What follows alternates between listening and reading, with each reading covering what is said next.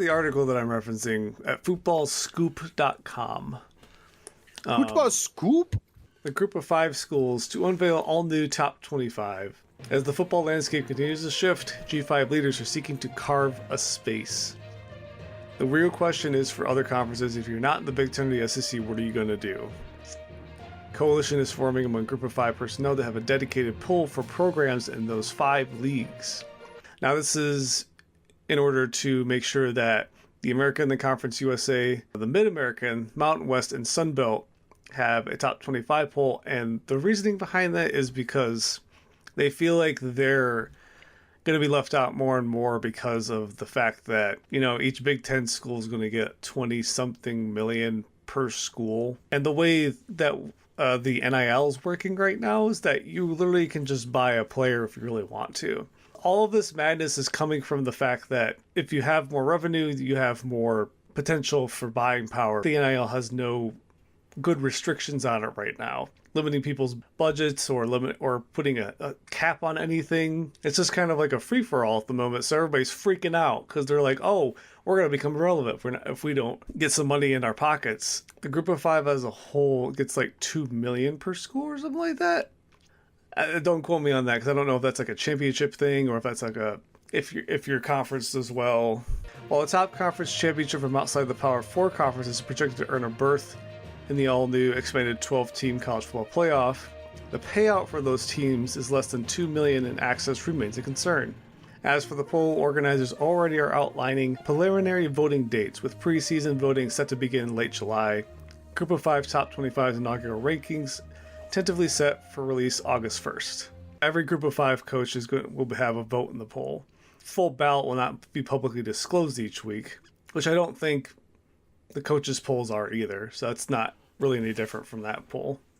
I don't even know where to begin on a conversation piece like this. The worst thing that I can say in terms of the situation is that I've never met a more rigged system where basically it's like, hey guys, in order to become relevant, we have to play our own game. We have to make our own league inside of a league so people can notice who we are, because we're not going to get paid simply because we're not strapped with the Big Ten and SEC label on our teams.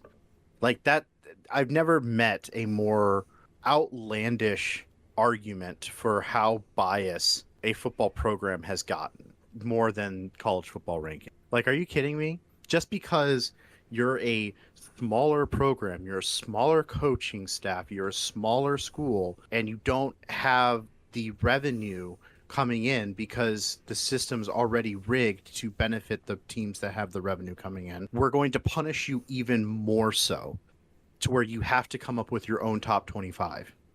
I don't understand how this is healthy for the league. I don't understand how this is effective to discern the best teams, because I promise you the teams that are going to not have issues with this are not going to develop good teams. This makes a school like Vanderbilt look way more higher prestige than they actually are. Their relevancy of being a good football program died in the 30s, 1930s, almost 100 years ago.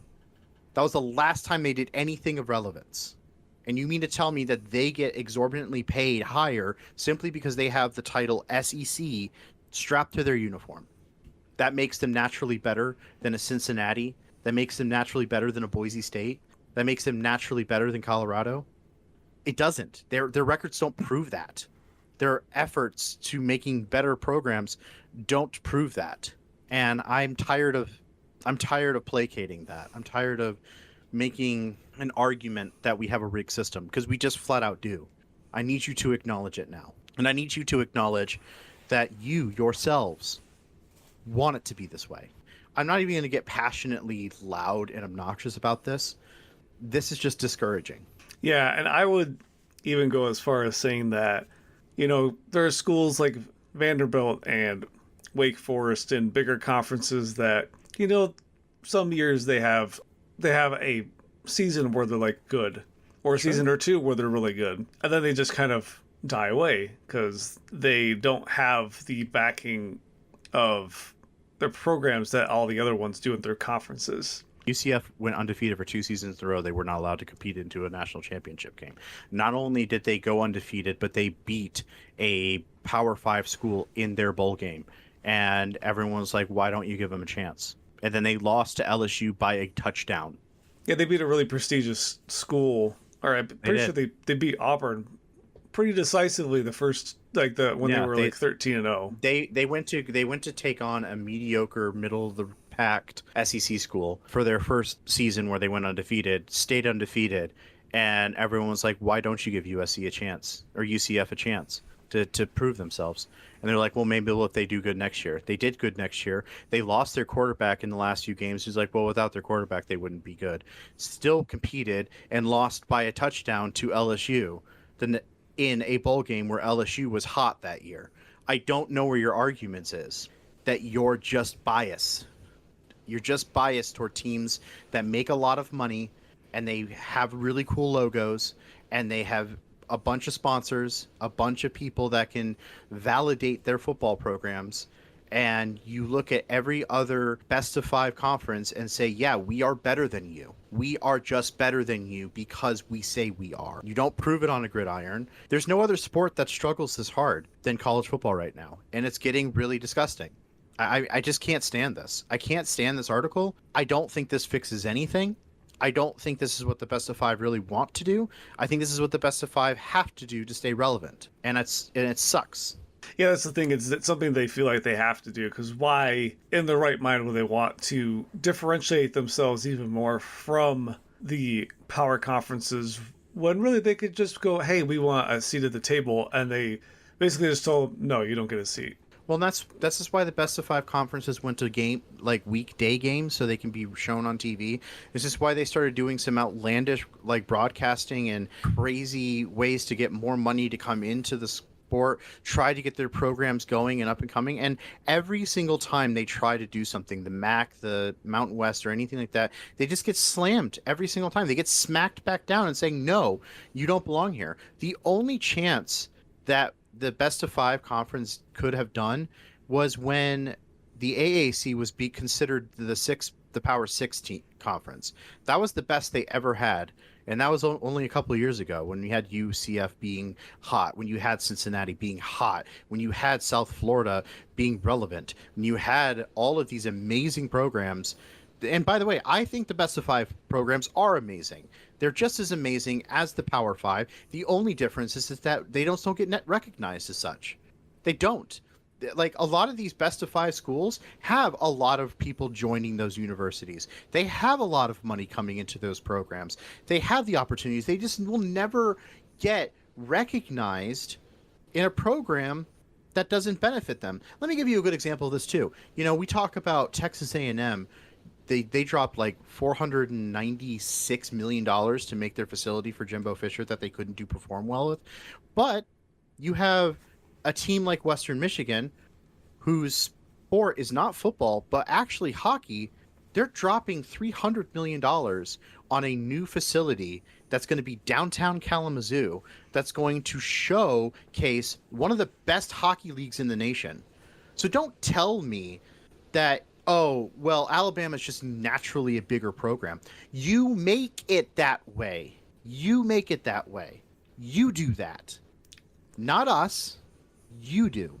The people that have all this money and give all of the airtime to the teams that they want to be successful, you do that. Why is there 567 million articles about PrimeTime right now?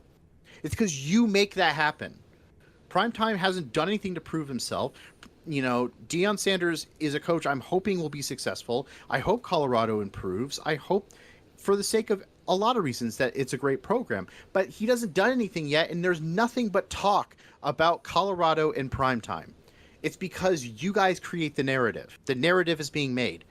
PrimeTime, it's superficial to me. All of it's superficial.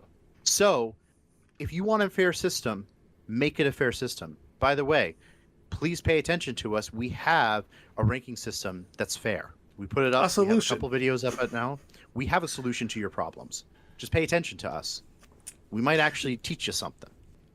Something that we don't really have a solution for because we're not savvy or privy to the knowledge that we need to do this, which is just to develop a plan for the players themselves and providing a template and a structure that gives you can transfer 2 to 3 times your college career. And the third time is something that you have to write a resume to the specific board that has to approve it based on this criteria. So that's something that I would like to give a solution for, because it's something that's a little more simple to solve, instead of just being like, hey, you could just keep transferring 5 times in your career if you want to. And don't even spend a year at one pro football program. That's just stupid to me. That's just stupid. I'm just going to say it. Stupid, stupid, stupid. Yeah. Dumb, dumb, dumb. Gerg is stupid. What's stupid? Everything? That was a better response than I was hoping for, so it's good. The argument that is just constantly being made with NIL and all of these kind of discussion points just comes down to money. And that is just not what this sport was designed to be. College football was not supposed to be a minor league. It is now, and that's fine. It's a minor league, and I can even humbly admit defeat on that. But then we have to start making sense of it. If it's a minor league, then you have to make the games fun to watch. And you're not going to make games fun to watch if over half of the league is disenfranchised. It's not going to be fun. I don't care about 20 teams. I care about my teams. And if one of my teams, Western Michigan, doesn't even have a shot before they even get to hike the first ball in the game, then I'm over it. I'm done. If you're going to snub a team like Florida State, who has nothing but prestige from 1980 to current day to being a solid football program that has earned their stripes and have won the programs and have done everything they did, they win undefeated, you need to acknowledge that. Their strength of schedule was weak. It was not any better or worse than Alabama's. You just like Alabama better. That's the truth. You just like Texas better. But, Jordan Travis got injured, and he was the whole team. He was. That's why there was, 11 NFL draft picks that was from Florida State alone? Where's your argument there? The only other team that did better than that, I think, was Michigan, which is 12. I think, they had so many. And it makes sense because they were the national champions. National championship team. By a lot. Oh, wow. 11 players on a team. You mean to tell me they couldn't have stand a better chance than Alabama to make it into the national championship game? Because their quarterback got injured? And I don't even want to hear your argument that Georgia blew them out. Georgia blew out a 3rd and 4th string team. They beat up practice squad. That's what they did. Yeah. And I don't want to make it sound like that, because I really do love the players that play at Florida State, but that's the truth. If you got rid of 21 of your starter players on a team, what kind of team do you have? It's not a fair comparison. Well, Georgia lost a lot of players too. Not nearly to the number. Their star quarterback player that started from the beginning of the season to the end of the season played that game. And I think it was they had 85% of their starters still or something like that, and Florida State had 30% at most. I think at worst for Georgia, they had 70% of their starters. Florida State had 90% of their starters gone. Not 90% of them starting. 90% of their starters gone. Okay, so let's do the math. So that's 70% of Georgia starters versus 10% of Florida State starters. Let's go. Let's play a football game. Let's go have a fun bowl game at the Orange Bowl. A lot of leagues for the younger athletes out there would have been like, you're not playing this game because they automatically win. Because you don't have enough people to play the game. Yeah, if this was like an Akron or not even Akron, because Akron has a full roster. If this was like a Tuscaloosa State University game, going out just this program that has 30 players on their team at best. I mean, that's what it was.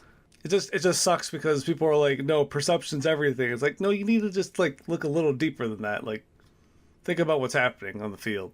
Think about what's happening. All those players, if they were allowed to go to the Final Four team, the whole Seminole pack would have been there. And that would have been a real game. And here's the other argument too. Well, Alabama lost to an overtime game, so it was a really tight game. So we got it right.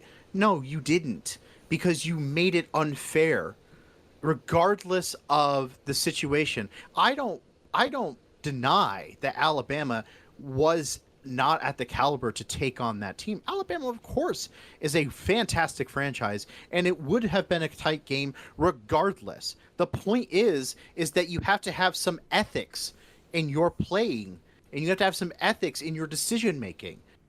And when money is the only thing that you care about, you create really bad choices that do not focus on the morality or ethics of a situation. And Florida State clearly, by the results, losing their star player and still having a third string quarterback winning a conference championship game, should have been proof enough that they should have taken on Michigan in the semifinal game. That's just the truth. And if you can't stand on that laurels, then I don't want to hear your argument that the league got it right, because they didn't. They just didn't. If we're going to play based on that, then consider me disenfranchised from the entire world, and I will do nothing but badmouth college football for the rest of my existence. If that's literally your forever perpetuating argument, because I don't want to be part of this. It's not right. I mean, I can deal with conference realignment. I can deal with this and that. Like, the game's going to change with the times, and it's fine. I get it. But making it all about revenue and money and players being bought out to the highest bidder, it's like, and there's no structure around it. It's like, guys, this league is going to become just the 5 great teams and everybody else. Or 10 great teams, maybe. But there's not much room at the top when you rely entirely on money. I mean, the New York Yankees were the perfect example of that in Major League Baseball, because Major League Baseball has never had, well, maybe, I don't know about never, but they haven't had a cap for buying players. They've never had a cap. They've never had a cap, and also the biggest reason why it's gone downhill is simply because of that. When Steinbrenner used to run the New York Yankees, they were like, hey, that Florida Marlins team, that's a pretty good team. Why don't we buy the entire team? And they basically did. And then Yankees won 3 World Series like right after that. That's where college football is going. That's what's happening. We need to bite that before it becomes a problem. Because then it's nothing more than just posh, like standing up to, keeping up with the Joneses kind of attitude, where it's just like, the lobbyists at LSU this year might have a chance now that Nick Saban's gone. Yes. It's like, you have these moments where, like, I don't want that. I don't want the people that are just inherently absorbently wealthy buying off the best players to have them go to university, not let those players finish their degree and start having them just start making money doing whatever they want to do at the NFL level. Like, I don't want that. And here's the other thing too. I was listening to an article about this. Belichick was doing an analysis, and he was doing because he's now doing sports anchoring and stuff like that. And he did the analysis based upon the college quarterbacks coming in. And he says, all these star quarterbacks that everyone's like drooling over and being excited to change the NFL program, all of these players have to be retrained, because the college level's no longer actually training players to be consistently good at the NFL level. And we're going to see a poor quality of players for quite a long time if this keeps up. And the reason why you see all these poor quality is because everyone is jumping ship and changing up coaches. And coaches have different mentalities, and coaches have different philosophies, and coaches make or break real good talent in college football. And so when you have all of these things coming into play, all of a sudden these really talented players don't have the skill sets they need to get to the next level, which means that the NFL is going to look at them and go, well, I mean, I guess I'll just get the guy from North Dakota State because at least their program's consistent. Their FCS schooling doesn't change up all these crazy nonsensical rules, and it's not about the money, it's about the talent. And the sad part is that I'm going to be able to tell you probably right now, even though that there's no more divisions in the Big Ten, who the Big Ten champion is going to be at the end of the year. And it's probably going to be Ohio State. I could tell you right now, Ohio State's probably going to win the Big Ten. Unless Michigan can be the exact same team they were last year, which that'll be really hard even with a lot of people returning still. And with a very similar head coach mindset, because he's going to keep a lot of the stuff Harbaugh had. I don't think it's going to be the exact same. I think Ohio State's going to edge them out. And I think Penn State may be able to be a wild card, but we always think they're going to be a wild card. They always come up just short. So I don't know if I can really put much money on them shaking things up at the Big Ten this year. But it's also just because of the simple fact, too, that Ohio State has the name recognition. It has the Ohio State in the name. And, you know, I made up my Buck character in the short that we did, but it's basically the point. Like, that's kind of the situation you have there. It's like they have this prestige and they have this consistency. Michigan was able to compete with it because Michigan believed in the Harbaugh dream. They knew they brought him here. They stuck with him regardless of all of the stuff that they went through, all that kind of nonsense and everything like that. And eventually I just felt like it was going to happen, and this was just the year to make it happen. And I appreciated it. That was a good fight. I appreciate Michigan. And by the way, I know that Michigan winning the national championship doesn't bother me. I'm not upset about that. But yeah, you're absolutely right, Gerg. Like, next year, you have Ohio State, you have Michigan or Penn State that can be as the two upsetters. There's no one else in the Big Ten that can even compete with them. They just can't. And the reason why I can make that argument is because I've seen the rosters. I've seen the NIL changes. I've seen all of the recruiting numbers. I see them. They're just, the skill sets are just not there. And I don't think the programs are hungry enough to shake things up. I just don't. Maybe there will be a fun team this year that will do something crazy. Maybe Minnesota will get their like surprise hat on. Maybe Indiana will do something crazy. You know, Purdue used to be an upset king. Maybe they'll do it a lot this year or something like that. Who knows? But the truth is, at the very end of the day, there's 3 teams in the Big Ten that have a shot. And there's one team that's most likely going to win. I will say that Oregon might be a runner-up there too. No, they won't. I mean, Oregon's really built a nice program the way that they're building it, but at the same time, I think Ohio State will edge them out too. So here's another big problem with why I hate these regional situations too, and eventually Greg and I are going to talk about making conference make sense again, because we don't have a sensical conference league anymore. But any team on the west side of the country is not going to do good this season. The majority of their games are going to be on the east side of the coast. They're going to constantly be traveling. They're not going to have the home field advantage. They're not going to have the ability to stay home. They are going to constantly be tired. I've been on the road. I used to Gerg can tell you, I used to be in construction. I traveled to 44 states during that travel sprint that I called life back then. I've been everywhere. I was doing everything. And being on the road consistently and constantly, as that is more exhausting and taxing and can cause you to age way faster. I didn't have nearly as much gray hair. I didn't have like any gray hair in my head until a couple of years ago, when I used to do the non-stop traveling, 10-hour days, 11-hour day, 12-hour days, bringing a truck from here to there, then going to the job site, working at the job site, then loading up that truck and sending it to a new location because we had a whole bunch of stuff. I have done that, and it was exhausting. I just feel like these college students, I'm sure they're going to be prepped for it. I'm sure they're going to be ready for it. I'm sure Oregon's going to have a good season. Oregon will probably have above average season for sure. But I don't see them beating Ohio State. I don't see them making it to the conference championship game. I really don't. I think Michigan or Penn State's going to beat Oregon.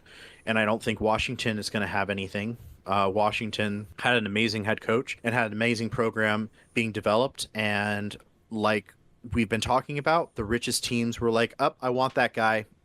Gone. That's the really crappy part about this too, is that they're not even fishing from the best of the group of 5 anymore. They're fishing from their own conference. They're making sure that only the best of the best goes to 5 schools, and that's it. Oh yeah. And I'm just tired of it. Like the head coach at Duke was turning Duke around and making a thing. Nope, he's at Texas A&M. Yeah, and then Brian Kelly was making Notre Dame into a powerhouse, and he's like, "Oh, you know what? LSU looks pretty cool. I'm going to go over there." It's like we got to make Notre Dame that has one of the best like self images in sports ever. No. You really are banning that for LSU, where you already developed something at Notre Dame. Why? And I understand, like Notre Dame is not part of a conference, so they're kind of dumb for that. But it was so really good to be there, and he just left it because he's like, "Oh yeah, they got more money for me." You know, I just thought about this, and I don't know if we've ever brought this up before, but wouldn't it be weird if Notre Dame joined the MAC? You know,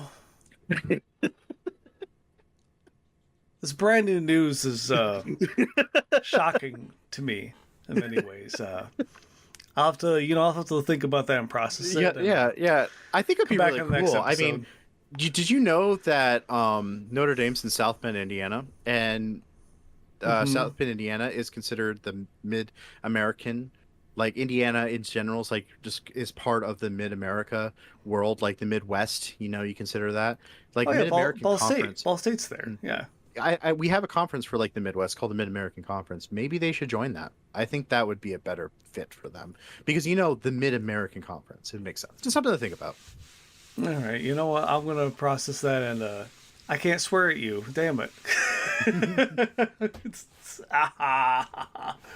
Coming back full circle to what I was saying earlier is that we don't really have a solution to making a structure for finances for college football, because finances for college football are, well, first of all, brand new. Second of all, I don't know how any of that works in the I don't. details, Yeah. anyways.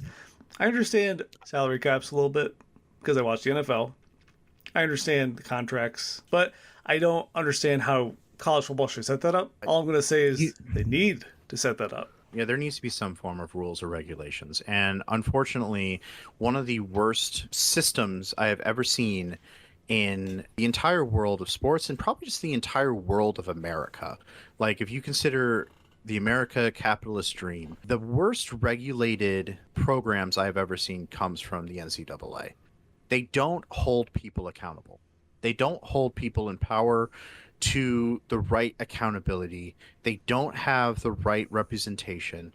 The only times they ever seem to get it right is when it comes to kids doing things illegally with drugs or substance abuse, or when there's some form of sexual harassment. But even then, the sexual harassment thing kind of goes out the window when you think of situations like Urban Meyer, or when you think of coaches that get away basically with murder because they're just beloved in the city, they're beloved in the university. And if the university throws a big enough stink, the NCAA will just back off, and they have done that. I mean, And they just did it not for those issues, but they were trying to punish Tennessee for some recruitment violations from the past couple of years, and Tennessee was like, hello, everybody else that we're competing with does the same thing. Why are you punishing us for yeah, the same thing everybody else why? does?" Yeah, why And then the Tennessee? NCAA Why? was like, "I don't want to deal with your bullshit anymore. I'm going to go over here and cry about it. You could do whatever you want. Have your own league." I mean, honestly, I'm not against that idea because I think a lot of the problems would be fixed if we had a league that was stricter, but I don't think we'll get a stricter league. I actually think we'll get a much looser league if the NCAA went away, which is the problem. It needs to be stricter. And the way that it needs to be strict is it needs to hold people to the same standard. It needs to hold people to this. And I don't really care what the standard is, but as long as it's fair, it's fair. And we don't have that. We just don't have that in the league. We don't have ways for teams to be so exorbitantly wealthy to not be held accountable to their action. I've heard a good pitch for a different governing body like being established and having the rules set for college football specifically, because I will admit that college football is very different from almost every other sport. Basketball is the second closest to that. It's very different from every other NCAA sport. At the very core, it does a lot of the same things for the athletes that the other sports do. So many different things happen in college football. It's such a different sport than everything else is that it almost makes sense for them to be treated a little differently. Not necessarily Right. to make them like elitist, which they have already done that themselves really well. Yeah, I mean But that's the problem. That's I actually just, what the problem is. They are elitist.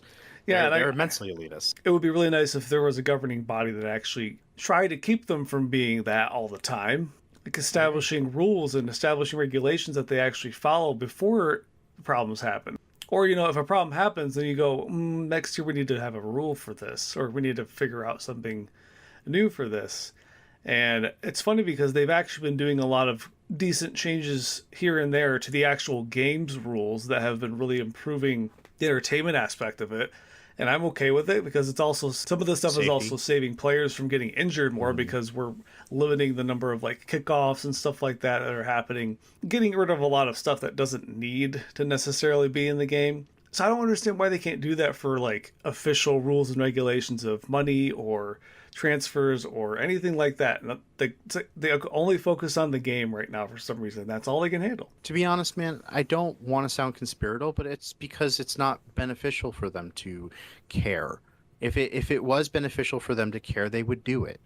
But it's not. They get paid to basically just do whatever they want to do. And they get paid well to do whatever they want to do. It's not even something that like, oh my gosh, I can't believe I'm saying that because how conspiratorial I am. It's like, no, it's just obvious, dude. The writing's on the freaking wall. It's obvious what's happened here.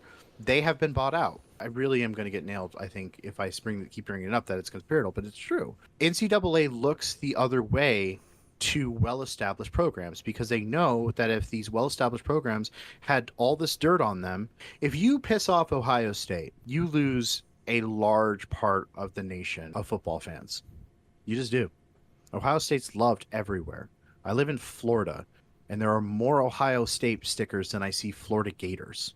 It's not necessarily conspiratorial because they kind of just sit on their hands and just watch everything happen and the money roll in until somebody kicks the chair out from underneath and be like, hey, hardcore evidence that you cannot ignore of that this thing is happening at this one university. We couldn't find anything on anybody else because they're covering up their trail, and this university made one really stupid mistake. They're like, okay, we'll go punish that one now. They just sit on their hands for everybody else doing the exact same thing because they didn't get caught. Yeah, at the moment that someone gets caught and it's just so blatantly obvious is the moment you get hung out to dry. And that shouldn't be the case. That a team should just get naturally inherited into being the best ranked team simply because people like them. I was listening to a video, I'm not going to call the YouTuber out, but they were doing like their top 25 analysis of what the preseason should look like and how well the teams are going to do. And one team that they picked was like, this team is going to be the middle of pack kind of team, but I'm going to put them above this one because they got some new fire uniforms, and I think I'm into that. And like, I know it's more tongue in cheek, and I know it's kind of that, but I just feel like that is the narrative. That's the narrative we have made in America. We like you, then you're just naturally better. No, the gridiron proves that. There's a lot of teams I think that are really, really good teams. I actually thought that Colorado was going to be a really good team last year. I was proven massively wrong, just like everybody else. Does that mean that they're a terrible team? No, but they couldn't win to save their lives, and they treated every match like it was a tough match, and they should not have done that. They were not conditioned to win. They were not prepared to be elite. They were not ready for the prime time, ironic enough, to handle the situation last season. This year, I hope it's better for the sake of prime time and for the sake of anything else. But that's another freaking thing I'm hearing about too. Just last week, I just heard that Deion Sanders is now being siphoned to potentially go to Florida Gators next season. And I'm just like, already, you haven't even given prime time a chance to prove that he's a good coach. No. We want him because he brings street cred. And I'm like, I'm just tired of it. Because Florida is another one of those schools that can just buy any program they want. Every year, they have an amazing recruiting staff. They just have a terrible coaching staff. And once they figure out their coaching staff, which would be someone like a PrimeTime or someone who is proven to themselves to be good, that they're pretty much set to go right back to where they used to be. Yeah, and for Colorado in general, I mean, they were a one-win team losing to everybody. And PrimeTime came in and made them a 4-win team, which is not a whole lot better, but in the grand scheme of things of like building your program, it's like, wow, that was a lot better. We got 4 wins and we played a lot of close, tough losses with a lot of tough teams in the old Pac-12. So it'll be really interesting to see them in this conference, well they do and how much changes they made throughout the offseason with the coaches and the players and transfer portal being crazy and taking everybody. And I'll also say that Washington definitely have gotten hosed as a program as well because the head coach left and then like half the players left. Yeah, they went and they didn't even all go with him. A lot of them just went in different directions. Yeah, I mean, some of them probably did with him. Yeah, I mean, coaches do that all the time. That's fine, but that's also crappy. That's insanely crappy. You go to school to get educated. Like, I know they want to make it into the National Football League.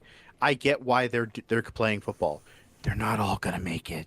So the best thing you can do for yourself if you're getting paid millions of dollars to be in a football program is to get an education for yourself. Like, that is what you need to do because you need to think long term. And we're not figure out what to do with your finances. We're teaching them the Johnny Depp Pirates of the Caribbean, take what you give nothing back. that is the way we're teaching college football players. If that's the way you want to do it, that's fine. But I'm out. I don't want that. I want there to be some accountability. And I'm not ready to just call quits right just yet. But I'm getting very frustrated. I'm tired of it. Yeah, man, I don't wake up for less than 100K in my back pocket, so I'm gonna have to give me some more money before I can, come back next season for anything. What was your position again? Oh, yeah, I'm the second string linebacker. Yeah, second string. Don't worry about it. Second string linebacker for the Colorado State Rams. Oh, okay, cool. But they still have this ego about them that they need to get paid millions before they even get onto a football field. How dare you? There's people that don't get paid $1 million in 20 years, and you're demanding it just because you can throw a football. Yeah, and I mean, sure, the NFL's that way, but I also don't necessarily agree with how much money they get paid either. No, I don't. That's a completely different conversation. But two wrongs don't make a right. That's the problem. Yeah, that's the problem with that argument. Two wrongs do not make a right. And I'm not bitter. I'm not saying that they shouldn't seek money. I'm, like I mentioned 1,000 times already on this channel, I am for the NIL. I have always been supportive of the NIL. 100%. What I'm not supportive of is pampered a-holes that think they can run the place simply because they can throw a football around. That's what I'm not for. The NIL was not meant for that. The NIL was saying, look, you're being unfairly used by universities that use you as free marketing to advertise for their football programs. No longer can that be a thing. Great. But now it's all about licensing. It's all about trying to get their best names out there. It's just, again, the pendulum swing of ridiculousness. It's like over here, no one gets paid anything and they deserve it. Yeah, they do deserve it. Okay, we're right here. Okay, so now we deserve it. We got the money that we need to go here. It's like, we should give them $1 million for a signing contract. It's like, no, stop. Guys, you broke the pendulum again. Damn it. Why? You almost did the good cookie. Feels like every month there's something new that I have to just get. Well, we have to talk about it. We have to.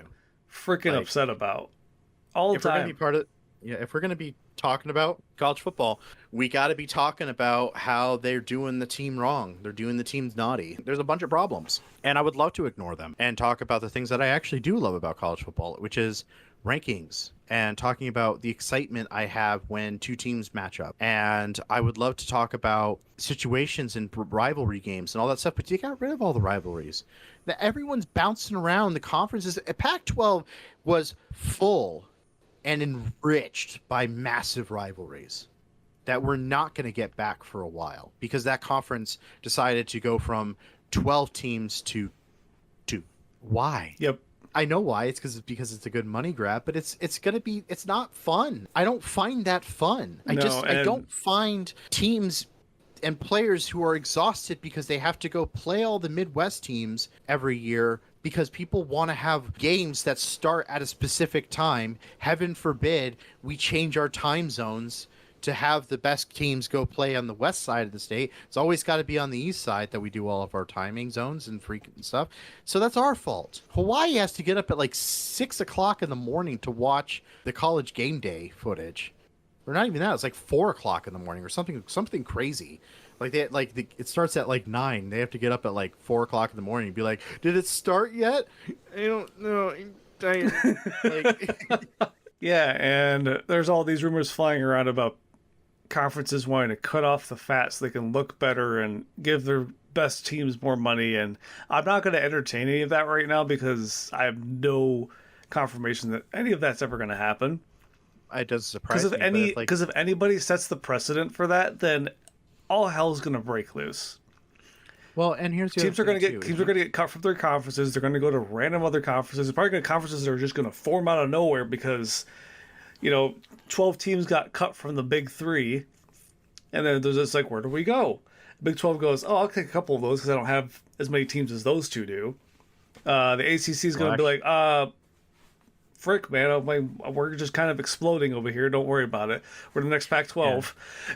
Yeah. The Atlantic Coast Conference, yet there's majority of the teams that are in the Atlantic Coast Conference right now that don't live on the Atlantic Coast. It's so stupid now. The conferences make no sense. It's all about money. It is all about just subjectivity of where can we get the best players. The moment Mississippi State and Vanderbilt get slashed from the SEC is the moment that I'm truly just livid pissed, because those are the oldest. That's the old guard SEC. You don't get to just cut teams out because they're not performing at your level, bruh. Like, it doesn't work that way. Trimming the fat, how dare you? If you're a conference and you hear that your team is on a chopping block because they're cutting the fat, you should just leave. You should be like, peace out, I'm done. Forget this contract. You don't treat us with respect. How dare you? And that's why I don't think that they would actually do that. Because like I said, all hell will break loose. And it'll actually be against this whole Power 3 concept, because everything will just explode and there will be other conferences formed, and then there's just going to be this power dynamic change that's nobody's going to understand. And that's the opposite of what the Power 3 or 4 concept wants, because they want the power to go to them. And they want the non-power to stay away from them. But in order to sustain themselves, they have to keep the teams that are already in their conferences there as well. Naturally, they're just going to want more money to come into their conference so that they can distribute even more to the top and a little bit to the bottom, so that they can keep everybody somewhat happy. I'm just so mad by all of this. I don't think it's benefit. Like, trimming the fat, ACC talking about trimming the fat. Duke is the old guard ACC. They were there when the concept of the conference. They've been there. The Wake Forest, Duke, just be like goodbye. I have no respect for the ACC then. I have no respect for that. Like, I know Maryland went to the Big Ten, but Maryland used to be an ACC staple. Like, they were there forever. I just don't want to see any of this. The way that all of this is like going out and going down, we're in the darkest timeline. We have jumped into the darkest timeline of college football, where the rules don't matter, the points don't matter. Everything that it matters is the teams that are already fed to get more hungry, because they're going to get fed more. The way that you said that reminded me of whose line is it anyway? So it's like, whose team is it anyway? Whose team is it anyways? Who cares? Yeah, we're just that's literally what's going to become as a laughing stock, a joke. Well, I tell you, if it ain't the Roll Tide, then I just don't care. Roll Tide, Roll Tide, Roll Tide, Roll Tide. It's going to be a good season just because Alabama's in the season. And that's good for every season when Alabama's there. I don't care if they go 10-2 or 4-7. They won't go 4-7 because we won't allow that here at Roll Tide, Roll Tide, Roll Tide Nation. Like, it just won't. It's like, stop. Here at Roll Tide FM, we're not going to allow that hat. Roll Tide, Roll Tide. Roll Tide, Roll Tide. The ego, the pride, the power struggle, all of this stuff is not making our sport fun. And I know that we weren't supposed to be a college football channel, but the more and more this is happening, the more and more we have to speak up about it, because not enough people are yet. People are upset. I know people are upset. I know people are like-minded to us too, that are like, I want to see this change, but they're not saying anything about it. But we have to. We have to acknowledge that this is a problem, and you have to keep saying it in their face. Because if you say it out loud and just be like, oh, it's a podcast, it's a video, it's just whatever it is, and I know that's what we're doing too, but I want to make proactive changes. And the way that we're doing that here on this channel is by showing you examples that are better. We're going to come up with conferences that make more sense. We're going to come up with the dream teams. We're going to come up with the old guard and stuff like that. If you want to change conferences, then let's change them for the actual better. Let's make them for regional superiority. Let's make it fun for us to root for teams, not make it mandatory for us to root for teams in order for your team to make it. Like, Florida State went undefeated and got snubbed. What else does that tell the rest of the league that is not in a Power 5 conference what to do? Like, I don't know what to do at this point. Who cares what the rules are? If you can fix the governing body that is over college football, they're actually going to make changes that are good for the entire league and not just for the tip top. And sure, maybe the tip top will still have like the biggest seat at the table, but at least the little schools will be there to like go like, hey, wait a minute, I'm over here.